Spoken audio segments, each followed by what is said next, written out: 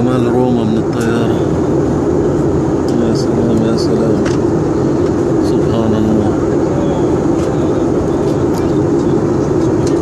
سبحان الله. ايه الجمال ده يا ربنا، ايه الجمال ده يا ربنا، سبحان الله سبحان الله سبحان الله. يا رب وصلنا بالسلام على بركة الله. نستقل القطار من مطار FCO روما إلى السنترال ستيشن في الداون تاون وسط البلد عشان نركب الباص المكشوف نشوف الدنيا عاملة ازاي. ففي الطريق شايفين مزارع حوالينا فيها بقر في النص كده. برضو الجهل ليه مزايا برضو، يعني هي المسألة شكلها عاملة زي ما تكون بقر ورق، بس هو واضح ان هي يعني زراعات او حشائش او حاجات هتتزرع في الارض او ملمومة من الارض، بس يعني منظمة جدا وفي شكل بقر، عاملة زي ما يكون مصنع ورق مثلا ولا حاجة. من جهلي افتكرت ان دي مزارع ورق يعني. والله وانا راكب القطر من مطار روما لوسط البلد في روما، حاسس ان انا راكب قطر دمنهور، وان احنا بنعدي على القليوبية وقها وبهتيم والحاجات دي، يعني مش لغاية دلوقتي ما ظهرش اي شيء مبهر في السكة يعني. روما سنترال ستيشن اللي هي يعني زي ميدان رمسيس عندنا كده في القاهرة، محطة القطارات الرئيسية ومحطة الباصات الرئيسية ومبنى مش عارف ايه الرئيسي هناك اهو اللي عليه التمثال الذهبي ده، وبرضه البياعين اهو زي العتبة والموسكي وكل حاجة مرميين في كل حتة اهو. وانا في الاوبن باص وبنتحرك اهو، انا اهو احسن حد يفكر ان انا جرافيكس يعني. في العواصم الاوروبية السابقة كنا بنتكحرت برد ومطر، وبقت هنا بقى ضربة شمس بالصلاة على النبي، درجة حرارة 33، والواحد مش عامل حسابه لابس شتوي، حاجة جميلة يعني. فالكحرطة قبل كده كانت برضه رعد وعواصف ومطر، دلوقتي الكحرطة ضربة شمس، ربنا يستر يعني. نبدأ رحلتنا بالاوبن باس في مدينة روما. احنا هنا في السنترال ستيشن، محطة رقم 1 اللي فيها بيازا ديلا ريبابليكا والسانتا ماريا ديجلي انجيلي والتياترو ديلا اوبيرا والفيا نازيونالي والترم دي شيولالزيو والموزيو ناشيونالزي والبالازي ديلي اسبو. طبعا واضح جدا كل اللي انا بقوله ده، يعني كل الحاجات دي موجوده في المحطه الاولى اللي احنا ركبنا منها. طبعا مش فاهم اي حاجه في اي حاجه، بس يعني هي دي الحاجات اللي موجوده في المحطه الاولانيه اللي احنا اتحركنا منها. دلوقتي بقى بنتوجه في شوارع روما رايحين على المحطة نمرة 2، ودي بقى فيها سانتا ماريا ماجيوري وبيازا فيتوري والفيا كافوري والكول اوبيو والسام بيوتي فينكولي. محدش يسألني في أي حاجة، مش فاهم أي حاجة من اللي أنا بقولها، بس هو ده يعني ده اللي هنشوفه في المحطة رقم 2. لسه دلوقتي ما بين المحطة رقم 1 وما بين المحطة رقم 2. ايوه ده بقى واضح ان هو ميدان كبير. ايوه هو الشغل ده انا بحبه قوي، ده حلو قوي كده. هات ده يا عم الحاج، استنى يا عم. المشهد ده بقى بيورينا قد ايه عظمه الرومان الاغريق الماسونيين اللي هم الجناكليز يعني شيء عظيم جدا بصراحة، وحضارة يعني كويسة يعني. وهو سانتا ماريا جانجوريجي بيراتزاري يعني هو ده اللي هو مكتوب يعني.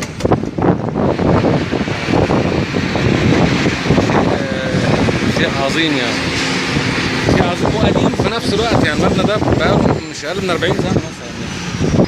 سانتا ماريا مش عارف ايه الحاجات اللي كتير قوي اللي مكتوبة دي واضحة خالص اهي. سانتا ماريا ماجيوري، اللي فات ده اسمه سانتا ماريا ماجيوري اهو، ولسه ما فاتش، لسه موجود اهو. سانتا ماريا ماجيوري اهو، بنلف حواليه. الشمس شديدة، بس طبعا يعني هيهات يعني ملهاش علاقة بشمس الرياض خالص خالص يعني. بس احنا حاسين ان احنا كده كأننا مثلا في مكة في يناير مثلا، بتبقى كده 32 مثلا.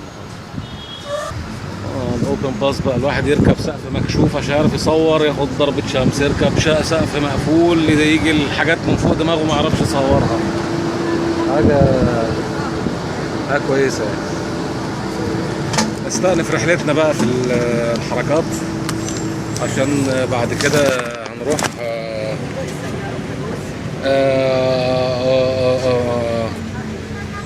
كولوسيو كولوباميا. كولوسيو هي اللي جايه كولوسيو. وهي لا زالت اهي سانتا ماريا ماجيوري. سانتا ماريا ماجيوري اهي. داخلين دلوقتي بقى على الكولوسيو. الكولوسيو ده بقى يعني شكله كده زي ما يكون معهد، مسرح، يعني ده حاجة جبارة يعني، حاجة جبارة قوي قوي يعني. بيفكرنا يعني بالحضارة الإيطالية القديمة يعني هو حاجة من اللي هي بتتشاف على الإنترنت بس مش موجودة في أي مكان تاني في العالم. قدامه جنينة اهي، جنينة حلوة قوي، جنينة وعلى الباب بتاعها في تماثيل اهي كمان يعني.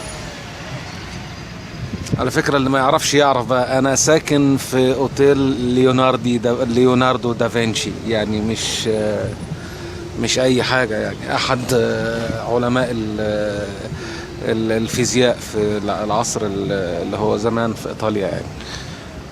ليوناردو دافنشي طبعا يعني معروف جدا إن هو كويس جدا في الفلسفة يعني.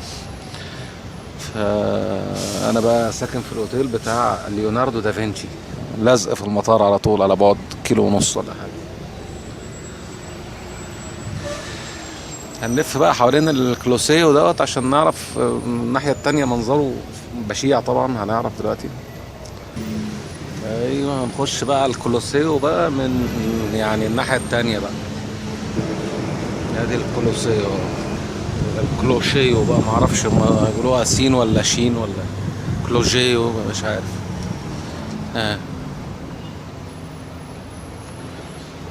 حاجة جامدة، والناس كلها بتنزل عشان تخش جوه بقى وتلف جوه وتشوف بقى الحاجات. بس يعني لف جوه في الشمس مش صح خالص. لا شيء رائع بجد، شيء بينم عن يعني حضارة يعني، مش أحسن حد يفكر إنها حضارة نص نص يعني ولا حاجة.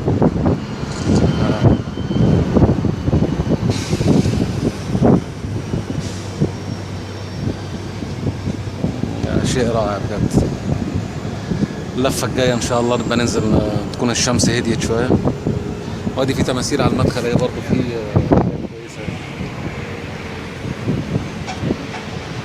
وفي زي كهف كده في الجنينة اللي بتدخل على. استأنف رحلتنا. المحطة الجاية اسمها فيا ديل كيركو موزيمو اهيت يعني. فيا ديل كيركو مازيمو يعني حاجة مهمة يعني.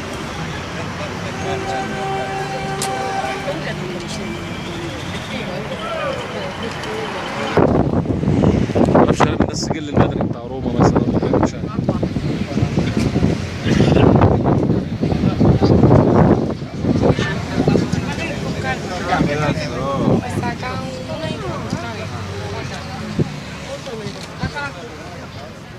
في برضه تمثال كويس هنا كمان، نحاول نصطاد. ده بقى المتحف الوطني في روما. ده حاجة يعني تفوق الخيال وتفوق أي حاجة اتشافت في أي حتة في العالم قبل كده يعني. ده إن شاء الله يعني ده يتنزل له ده إن شاء الله، الشمس تهدى بس شوية كده وانزل له بقى يعني اخده كده 85 صورة ولا حاجة يعني. حاجة تفوق الخيال. لا لا لا لا لا، روما في التاريخ غير روما في الجغرافيا خالص، غير روما في كأس العالم، غير روما في المطبخ طبعا. كل حاجة يعني روما مختلفة يعني المتحف الوطني ده الناشونالي ميوزيما ده يعني ده حاجة أسطورية. ده حاجة، لا حاجة محتاجة تركيز ومحتاجة يتاخد لها كده 260 صورة مثلا.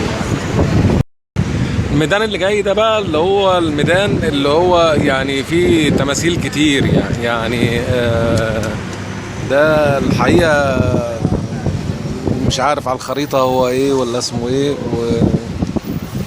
ونحاول نعرف بس مش في الامكان يعني. فهوت يعني بس هو مليان تماثيل بصراحة. هي اللي هي الأدريانا دي بقى اسمها اللي هي كاسل دي انجلو. ايه بقى الكاسل دي انجلو دي حقيقي مش عارف يعني، بس هي واضح انها حاجة مهمة قوي يعني.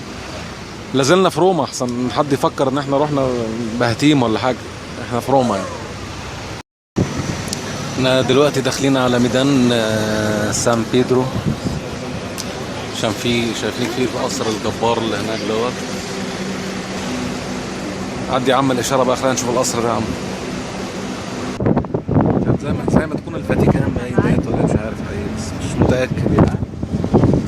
بس انا اعرف ان الفاتيكان دي في البرتغال باين، احنا هنا في روما. طيب ماشي. الجهل ليه ناسه. واو، لا ده مصلحه جامده قوي.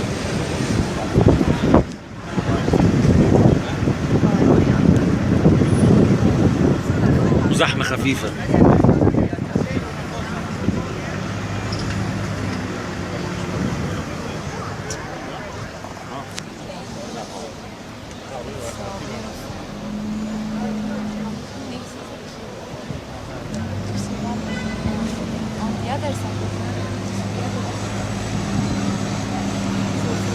الكلام ده في روما يا جماعه.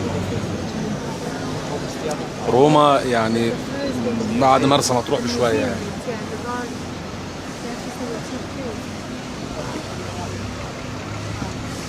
الراجل الرخم لف ورجع.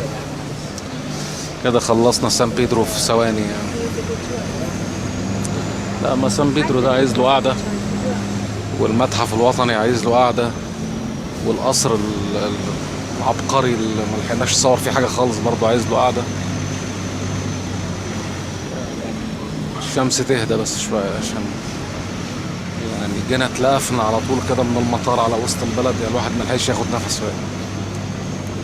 عشان ان شاء الله بكرة عندنا طيارة الرياض ان شاء الله يعني. فيها نفس المعالم بالظبط، نفس الحاجات دي موجودة هناك بقى، البطحة بقى وسوق السمك بقى والعليا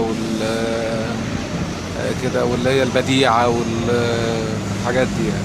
نفس الحاجات اللي هنا بالظبط يعني. كده بقى احنا داخلين على ميدان في روما، مش عارف اسمه ايه بس شكله فيه حاجات جبارة اوي يعني. حتى في تمثال راجل واقف مدينا ظهره اهوت يعني. ده بقى اكيد بقى ميدان اللي هو مش عارف حقيقي يعني. ده بقى ميدان روما اللي هو ميدان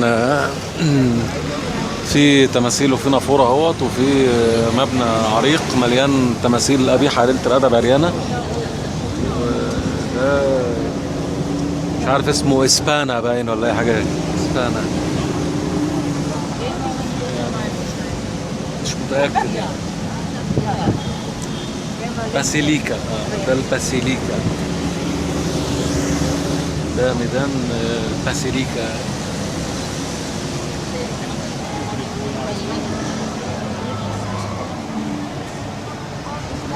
أزحم مدينة سياحية في كل مدن أوروبا اللي رحتها. زحمة غير طبيعية لدرجة إن كل الوسائل بتاعت السواح الناس الركاب واقفين يعني زي ما انتم شايفين أهو. وطبعا في الشوارع طوابير، وأي حاجة عليها تصوير طوابير، وأي جناين طوابير، وأي آثار طوابير.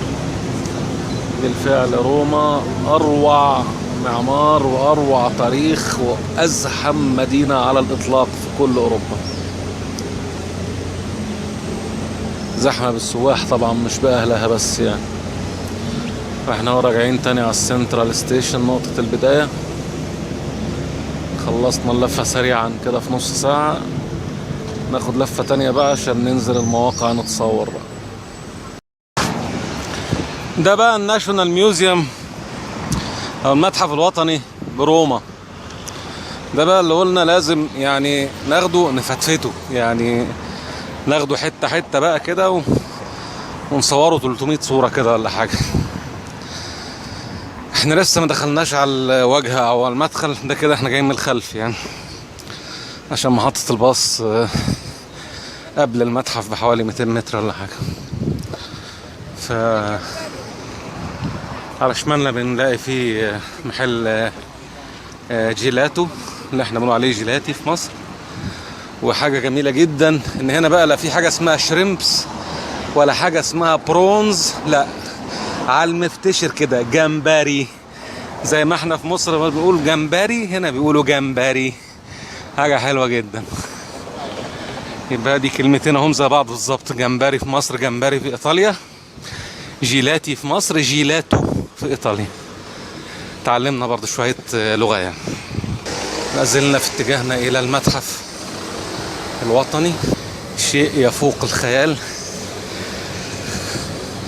اروع معمار واروع تاريخ في قارة اوروبا كلها موجود هنا في روما. تظل جنيف في القلب على انها الاشيك والارقى في العالم، بس في التاريخ بصراحة وفي المعمار روما تتفوق على اي مكان. هنا بقى ناس سلالات الادب اهو، تماثيل عريانة في كل حتة. يعني مش عارف ايه الحكمة ان كلهم تبقى تماثيلهم عريانة، يعني ايه ليه ما يلبسوش ليه زي الناس المحترمين يعني؟ انا مش عارف. نبدأ بقى ناخد صور كيسكارية اللي هي تبقى زتكار يعني، عشان يعني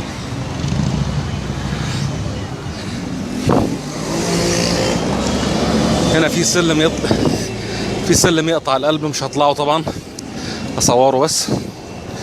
وده اللي بيجيب القلعة من فوق بقى. والله شكله عايز يطلع. طيب نتصور من بعيد الاول وبعدين ندفع. مضطر اطلع سلم المجد دوت بتاع المتحف الوطني في روما. شكله مرهق بس الموضوع يستاهل بصراحة يعني. الميدان اللي انا فيه ده ميدان المتحف الوطني ده، يعني الناشونال ميوزيوم اروع ما في روما يعني، مضطرين نعمل تغطية اعلامية كاملة يعني. فانا مضطر اسفا ان انا اطلع السلم دوت يعني. في اسدين بيطلعوا ميه اهوت، كويسين جدا، مش الدنيا حر يعني. في ناس بتستخدم الميه دي استخدامات سيئة، زي ما يكونوا بتباركوا بيها مثلا ولا حاجة. لا ده اطلع اصعب من مطلع جنيفا بكتير. برضو الحضارة برضو والرقي والمطلع صعب اوي. اكتفي بهذا القدر فيديو عشان الرقابة على المصنفات يعني. كده عدينا منطقة الرقابة على المصنفات الفنية ونقدر نستأنف تصوير فيديو. نزلنا في الناشونال ميوزيوم وبنشوف حاجات تاريخية يعني هنشوف ايه يعني؟ ما اكيد حاجات تاريخية. مين بقى الراجل اللي راكب على الحصان اللي فيه حمامة واقفة على دماغه ده؟ كنت هقع حتة وقعة ملهاش حل. مين الراجل بقى اللي قاعد على الحصان وفوق دماغه حمامة ده؟ اكيد حد مهم يعني.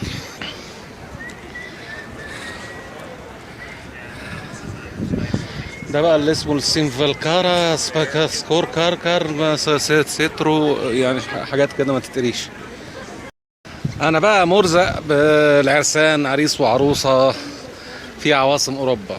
شوفنا عريس وعروسة في موسكو، شوفنا عريس وعروسة في اوسلو، ودينا بنشوف عريس وعروسة في روما. لا كده يعني بصراحة الواحد حقيقي مرزق ان هو يصور 3 افراح في 3 عواصم اوروبية مختلفة منتهى البساطة. دايما بيبقى العريس والعروسة وبس، يعني هنا معاهم مصور ومصورة مثلا ولا حاجة. طيب يا اخي التماثيل بتاعت الراجل ابو حصان ده من ورا محترم قوي، ولابس عبايه ويعني حط مش عارف هدوم ايه على كتافه وايه على دماغه، يعني ليه من قدام عريان خالص مش عارف صراحه، بس اهو يلا فن. ده ورا المتحف لسه في الخلفيه في مشاهد تاريخيه على سقف جبل وتحتينا بلاوي. اوعى يا حاج. لا لا لا لا، ده في كلام تاني خالص هنا. ده ورا ده الخلفية بتاع المتحف. يا صلاة النبي يا صلاة النبي، ايه ده؟ ايه ده؟ ايه روما دي؟ ايه روما دي يا جدعان؟ الله الله الله الله الله الله الله الله. لا لا لا لا لا لا، ده كده اللي ورا المتحف، يعني مش المتحف ده اللي وراه، دي الخلفية. ايه ده؟ ايه يا جدعان ده؟ لا ده استهبال بجد ده.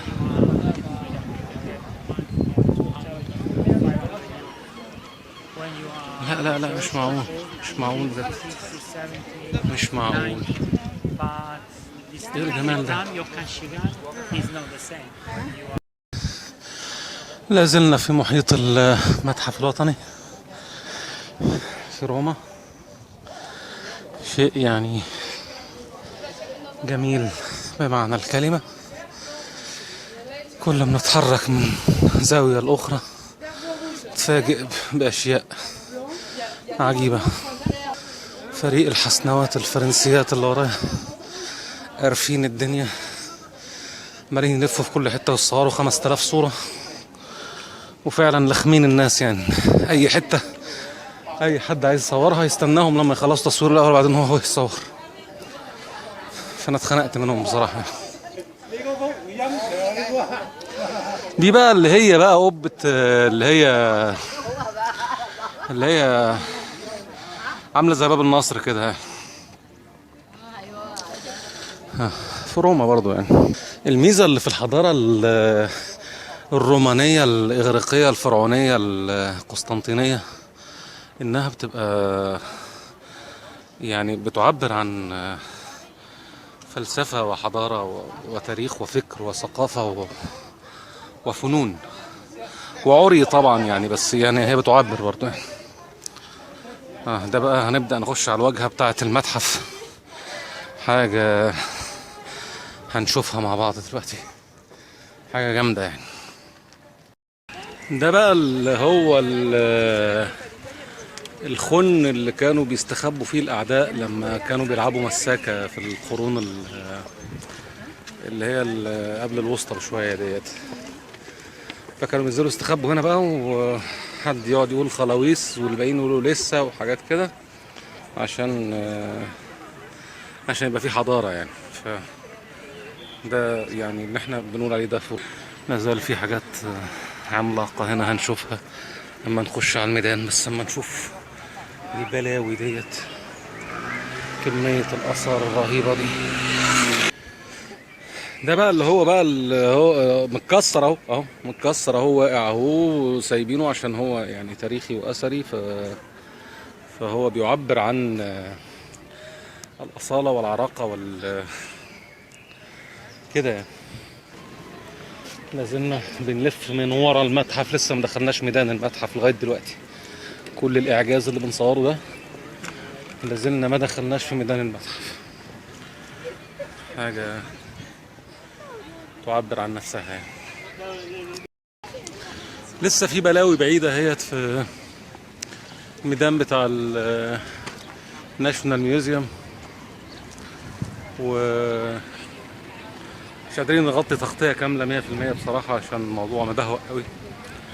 نحاول نجتهد يعني قدر المستطاع، وهنبدأ نخش على الميدان. لازلنا كل ده احنا في ظهر المتحف، لسه ما دخلناش على وش المتحف والميدان بقى والجمال اللي فيه. لازلنا في روما، لازلنا في روما. احسن حد يتلخبط يفكر ان احنا في زيورخ ولا حاجه. في مصلحه تحت اهي عايزين نشوفها. دي بقى محطه الصرف الصحي في ايام عصر الهكسوس، يعني ايام جنكيز خان والناس دي، كان دي محطه معالجه المياه الصرف الصحي، بس ما كانش عندهم الترنيتور ولا حاجه في الوقت ده. كانوا غالبا بيستخدموا يعني المصفى عشان ينقوا بيها المياه الصرف الصحي. في الخلفية بنشوف حاجة تاريخية كويسة، وعلى شمالها حاجة تاريخية كويسة. دي بقى حاجة تاريخية كويسة قوي، يعني مش كويسة قوي يعني.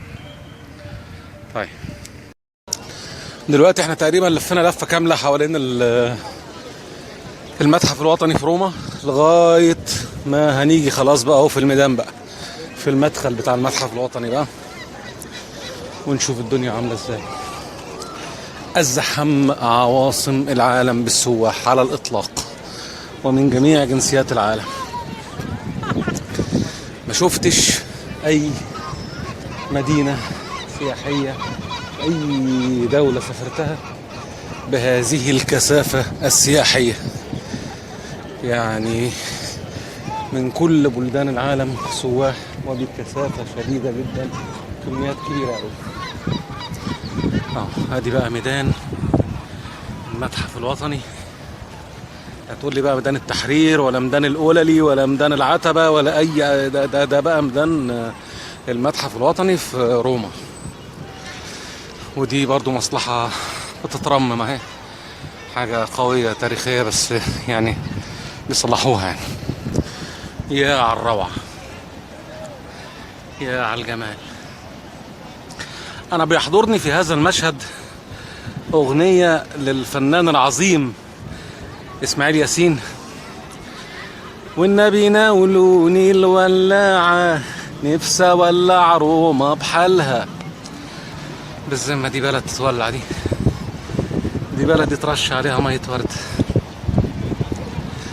بس يعني الميزة اللي هنا انك وانت في السنترال ستيشن في روما، هي محطة القطارات الرئيسية والباصات الرئيسية، تدي ظهرك للمطعم الهندي وتتلف شمال شوية صغيرين جدا، تبقى هي دي القبلة لو حبيت تصلي ولا حاجة. دي برضو من احد ميزات روما يعني. واخيرا بقينا في ميدان المتحف الوطني في روما. ده هو الميدان الشهير الطويل العريق اللي فيه هذا المتحف الجبار. واو،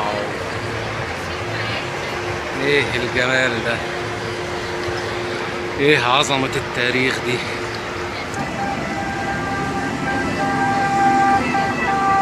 المتحف الوطني بروما شيء في غاية الجمال. ازاي بقى اجيب كادر واسع عشان اتصور انا وهو؟ دي مسألة شاقة جدا، عايز انا ماشي كده يجي 400 متر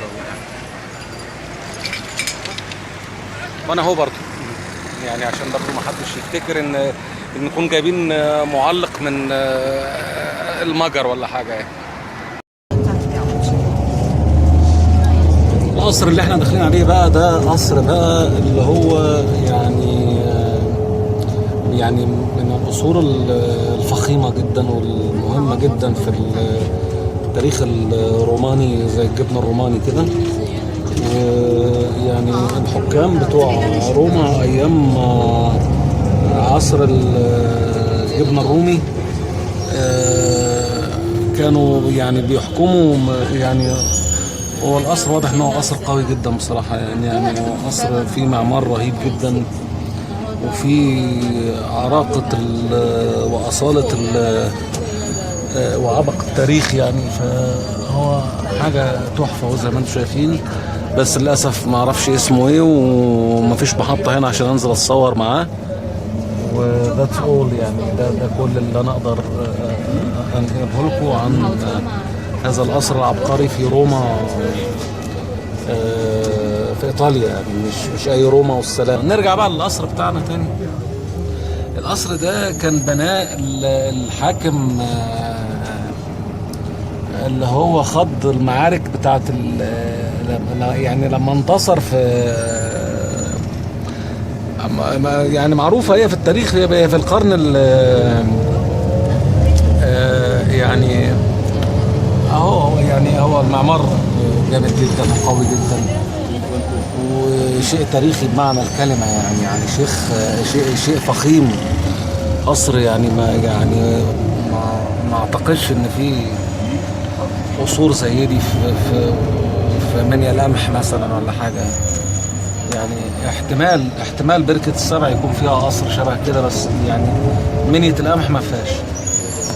انا متأكد ان منيا القمح ما فيهاش حاجة بالمنظر ده. الصورة تتحدث عن نفسها. في مثل مصري بيقول اللي بيشيل قرب مخرومة بتخر على دماغه، فده بينطبق على الراجل الإيطالي ده اهو شايل قربة مخرومة وبتخر على دماغه، حاجة غريبة جدا. فده كده يعني ميدان أبو قربة في روما في إيطاليا، شايل قربة مخرومة وبتخر على دماغه. يعني المثل بينطبق بنسبة 100% اهو في روما إيطاليا يعني. وأخيرا وصلنا عند تريفي فاونتن، أحد أشهر نافورات العالم في روما إيطاليا. للأسف إنها بتتصلح مش شغالة. دي النافورة بتاعت العشاق اللي بيجوا لها السواح من كل بلاد العالم عشان يوشوشوا الفلوس ويتمنوا أماني وكده، ويحدفوها بظهرهم في المية، فبيعتقدوا إن هي بتتحقق يعني. طبعا المكان تحفة معمارية زي ما احنا شايفين، يعني شيء رائع فعلا، وناس ملمومة هيت. بس للأسف إن النافورة بتتصلح مش شغالة. الحكومة الإيطالية طبعا بتلم من النافورة دي لما بتبقى شغالة. لو كل واحد بيرمي يورو ولا نص يورو ولا 10 سنت حتى، بيلموا كده قد 100 جنيه كل شهر ولا حاجة من أرضية النافورة. طبعا متحوطة، هي مفيش حد بيخش عشان ياخد فلوس من جوه. في واحد عبيط اهو بيحدف فلوس رغم ان النافوره ما فيهاش ميه. اهو الهبل اهو الهبل شغالين اهو، بيحدفوا فلوس رغم ان النافوره مش شغاله وما فيهاش ميه. فهي يعني عاده ربنا ما يقطع لهم عاده يعني، واستغفر الله العظيم شرك بالله. يعني متخيلين ان هم كده الحاجه اللي بيتمنوها بتتحقق يعني. ف تريفي فاونتن روما إيطاليا. عشت عمري كله بتمنى اشوف النافوره ديت ديني شفتها، بس للاسف مش شغاله وما فيهاش ميه، وبتتوضى بقى زي ما احنا شايفين. وزي ما بقول لكم سواح من جميع انحاء العالم بيجوا هنا يتصوروا، في نفس الوقت يتمنوا اماني على الفلوس، يوشوشوا الفلوس ويحدفوها بظهرهم، والحكومه تلم بقى من ارضيه النافوره يعني. وهنا بقى بنلاقي اللي هو ده بقى اللي هو مش عارف، بس هو عند التريفي فاونتن برضه يعني برضه ده انا مش عارف هو ايه بالظبط، بس يعني هو حاجه اثريه اكيد يعني.